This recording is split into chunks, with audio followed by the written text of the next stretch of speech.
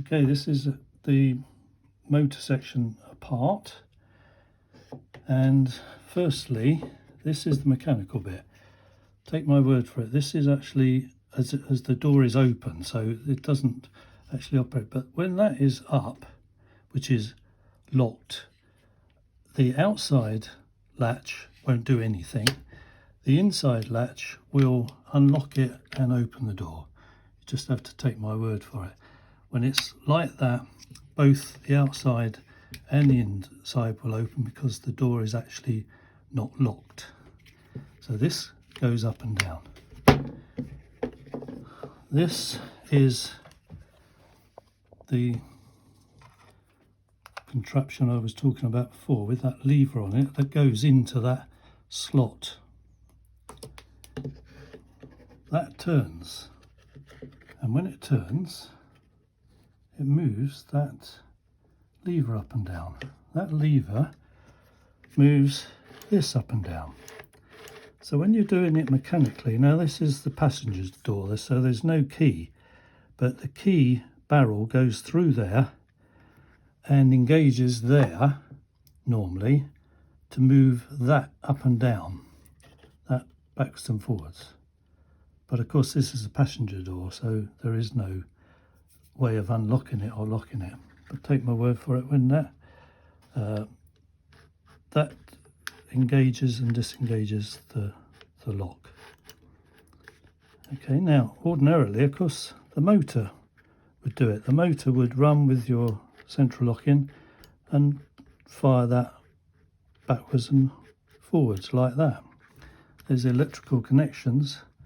This one here, which has got a sensor on it, same as these little buttons here, they're switches, and those switches go on and off to tell the computer whether the door is locked or not, and the same applies there, whether it's latched or not. Right.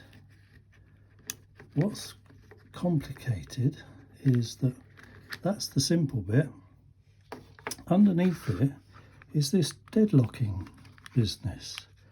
So there's the track that the business goes up and down in, but this moves to that position, and it moves to that position, and it moves back to that position and back to that position, using all of these little channels for this to move up and down in. So that goes up and down in the channel to lock and unlock it. Now the clever bit is this. So when this is in here, the motor,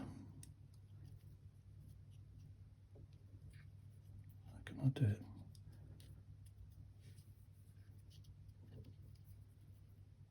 The motor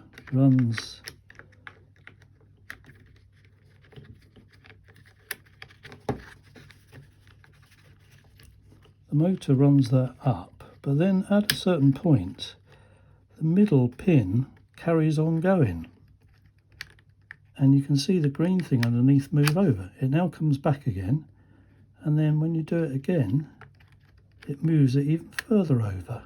Now that looks like it's jamming to me, and when you do it the other way it moves it back, but it doesn't seem to be doing it properly. Oh, there we are, it's gone back again. So that's sort of deadlocking it in a way, which is most clever, but this doesn't move very easily. It's on a spring with this little lever here, but I think the lubrication has sort of made it, and the motor's burnt out. That's the only thing I can determine what's happened. Anyway, that's as far as I'm going to take it, I'm afraid.